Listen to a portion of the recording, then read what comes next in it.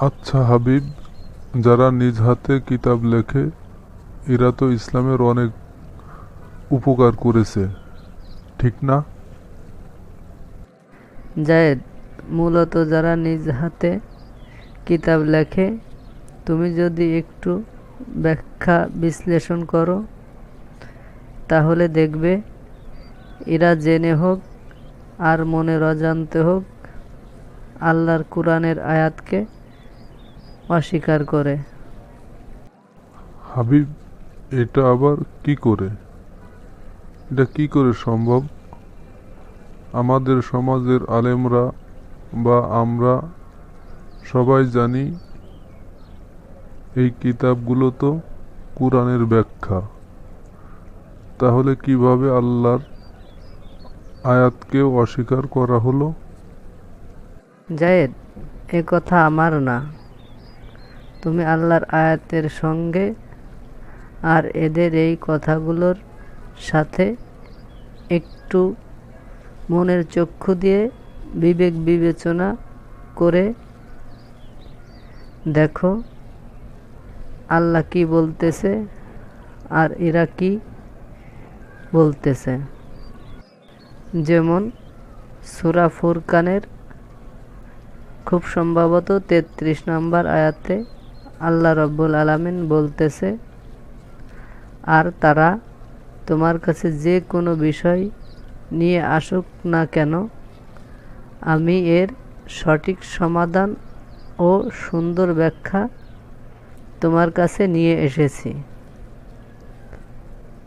আচ্ছা, আল্লাহ এখানে বলতেছে যে কোনো বিষয় নিয়ে আসুক না কেন এর সঠিক সমাধান ও সুন্দর ব্যাখ্যা এই কুরআনের ভিতর আছে। তুমি তো বললে এই কিতাবগুলো কুরআনের ব্যাখ্যা, তাহলে এই কুরআনের আয়াতের সঙ্গে তুমি সহ তোমাদের আলেম সমাজের কথার সাথে এই কুরআনের আয়াতের সাথে কি মিল আছে? একটু গভীর মনোযোগ দিয়ে ভেবে দেখো তো। তাই তো, এখানে তো আল্লাহ পাক বলতেছে যে যে কোনো বিষয়ে সঠিক সমাধান, সুন্দর ব্যাখ্যা এই কোরআনের ভিতর আছে। তাহলে যে তুমি একটু আগে বললে এই কিতাবগুলো কোরআনের ব্যাখ্যা, তুমি কি জেনে বললে নাকি না জেনে বললে? তুমি কি ভেবে বললে নাকি না ভেবে বললে? হাবিব, আমরা তো ছোটবেলা থেকেই এটা শুনে আসছি যে এই কিতাবগুলো কোরআনের ব্যাখ্যা। যেহেতু এই কিতাবগুলো কোরআনের ব্যাখ্যা, তাই আমরা এই কোরআনের ব্যাখ্যা হিসেবে এই কিতাবগুলো মানি। তাহলে এই আল্লাহর আয়াত আর এই মানুষের কথার সাথে মিল করে দেখো তো। এই মানুষের কথাগুলো, মানুষের কিতাবাদিগুলো কি আল্লাহর কুরআনের ব্যাখ্যা? না না, কখনো আল্লাহর কোরআনের ব্যাখ্যা হতে পারে না। যেহেতু আল্লাহ সুবহানাহু ওয়া তাআলা বলেছে যে কোনো বিষয়ের সঠিক সমাধান ও সুন্দর ব্যাখ্যা, এখানে তো কুরআনই কুরআনের ব্যাখ্যা কথা বলেছে। বুঝতে পেরেছি এই কিতাবগুলো কুরআনের ব্যাখ্যা বলে আমাদের কাছে চালিয়ে দিয়েছে। আউযুবিল্লাহ। এখন আর একটা আয়াতের কথা বলি। যেমন সূরা মায়েদার ৩ নম্বর আয়াতে বলতেছে, আজকের দিনকে তোমাদের দিন হিসেবে পরিপূর্ণ করে দেয়া হলো। এই কথা যদি একটু গভীরভাবে চিন্তা করে দেখো, দিন যদি হয় পরিপূর্ণ, তাহলে এই দিনের ভিতরে আরও কিতাবাদি লেখার কি প্রয়োজন আছে? কোনো প্রয়োজন থাকলে তুমি একটু বলো তো, একটু চিন্তা ভাবনা করে হিসাব করে বলো তো জায়েদ। না, কোনো প্রয়োজন নাই, যেহেতু আল্লাহ রব্বুল আলামিন এই কোরআনের মাধ্যমে দিনকে পরিপূর্ণ করে দিয়েছে। জাজাকাল্লাহ খায়ের, বুঝতে পারার জন্য ধন্যবাদ। এবার আসি, আর ওই কিতাবাদি যদি লিখতে হবে, কোরআনের ভিতর এর অনুমতি কোথায় দিয়েছে তুমি কি বলতে পারো? না হাবিব, আমি তো ওভাবে কোরআন এখনো পড়ে দেখিনি। কোনো সমস্যা নেই, আস্তে আস্তে তুমিও বুঝতে পারবে ইনশাআল্লাহ। যেহেতু তুমি কোরআনের অনুবাদ পড়তেছো, আমি বলতেছি ওই মহান আল্লাহর নামে শপথ করে, যার কাছে বিচারের মাঠে আমার দাঁড়িয়ে জবাব দিতে হবে, সেই আল্লাহর নামে আবারও কসম করে বলতেছি, জায়েদ, কোরআনের কোথাও কোনো জায়গায় একটু ইঙ্গিত স্বরূপও এই কিতাবাদিগুলোর লেখার পক্ষে কোনো দলিল প্রমাণ আল্লাহ পাক নাজিল করেন নাই। দলিল প্রমাণ তো নাই, আরও আল্লাহ পাক বলেছে, ধ্বংস তাদের জন্য যারা নিজ হাতে কিতাব লেখে আর ওই কিতাব আল্লাহর নামে চালিয়ে দেয়। তুমি কি একটু খেয়াল করেছো যে এই মানবরচিত কিতাবাদিগুলো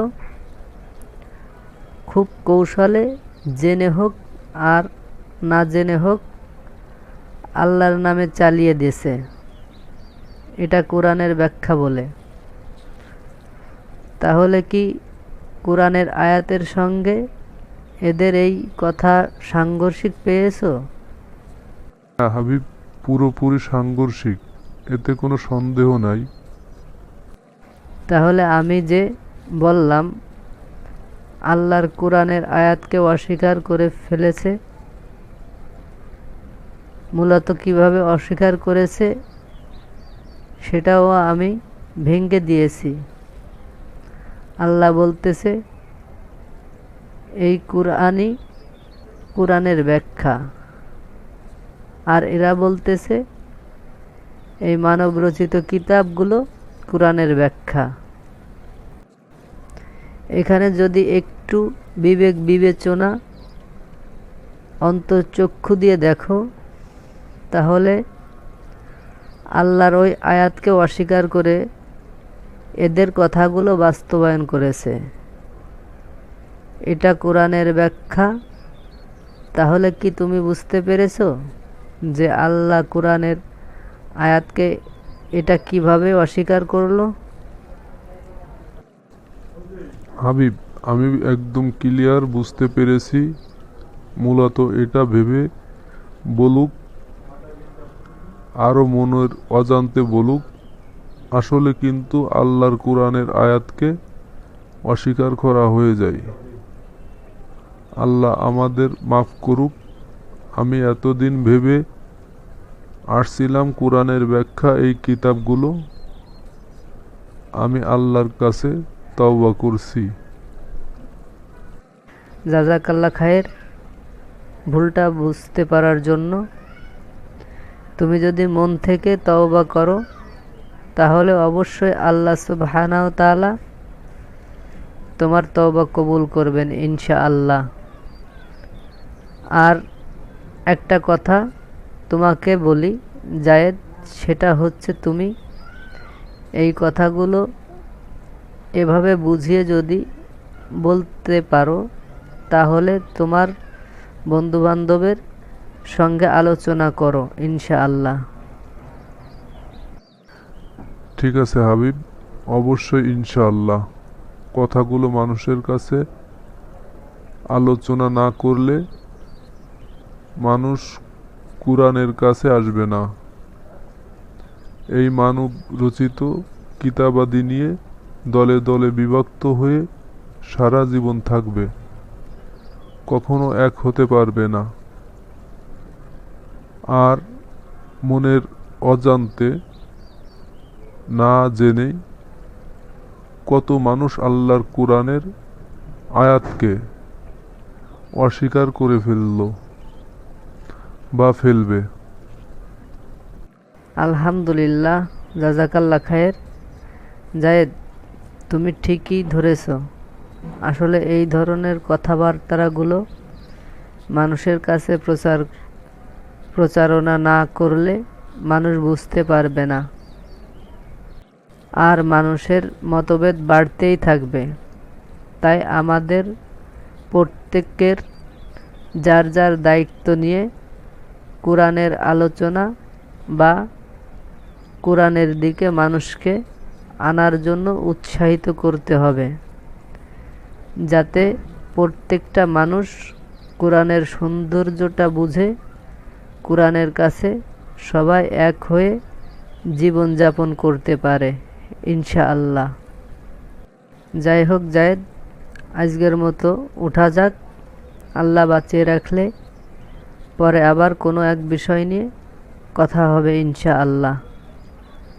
আল্লাহ তোমার মঙ্গল করুক, আল্লাহ তোমার উপর শান্তি বর্ষিত করুক। আচ্ছা হাবিব, ঠিক আছে, তাহলে উঠা যাক। আল্লাহ তোমার মঙ্গল করুক, আল্লাহ তোমার উপর শান্তি বর্ষিত করুক।